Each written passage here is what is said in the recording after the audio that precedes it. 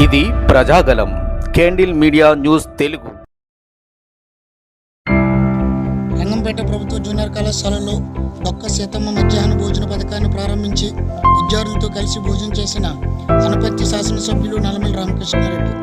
ఈ సందర్భంగా నల్లమిల్లి రామకృష్ణారెడ్డి మాట్లాడుతూ విద్యార్థులు శారీరకంగా మానసికంగా బలవంతులు కావాలనే సహుద్దేశంతో ఇంటర్మీడియట్ విద్యార్థులకు కూడా భోజన పథకాన్ని అందించాలని కూటమి ప్రభుత్వం వచ్చిన తర్వాత విద్యాశాఖ మంత్రి నారా లోకేష్ గారు ఆలోచించడం ద్వారా ఈ పథకాన్ని ప్రారంభించడం జరిగిందన్నారు.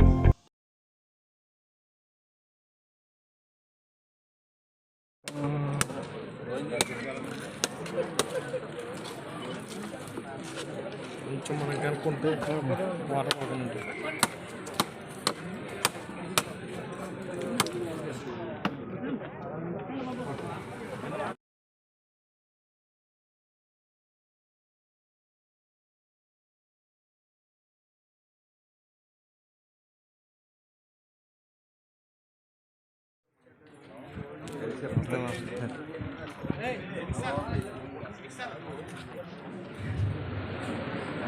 మా తెలుగు తల్లికి మల్లె పూదండ, మా కన్న తల్లికి మంగళారతులు, మా తెలుగు తల్లికి.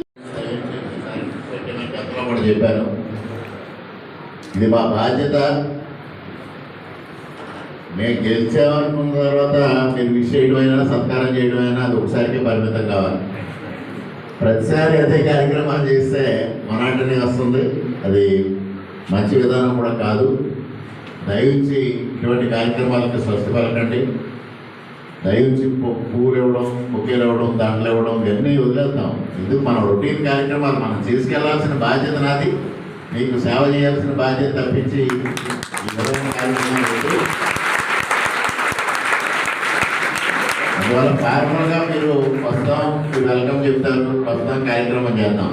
అంతేగాని ప్రతిసారి సన్మానాలు చేసుకోవడం, పోతాండ్లు వేయించుకోవడం అది సరైన విధానం కాదు. అందులో ముఖ్యంగా కళాశాలలు ఇటువంటి వాటిలో, పాఠశాలలో ఇటువంటి కార్యక్రమాలకి, ఆలయాల్లో ఇటువంటి కార్యక్రమాలకి పూర్తిగా స్వస్తి పలకమని ఇక్కడున్న నాయకులకి, ఉపాధ్యాయులకి కూడా విజ్ఞప్తి చేసుకుంటా ఉన్నాం.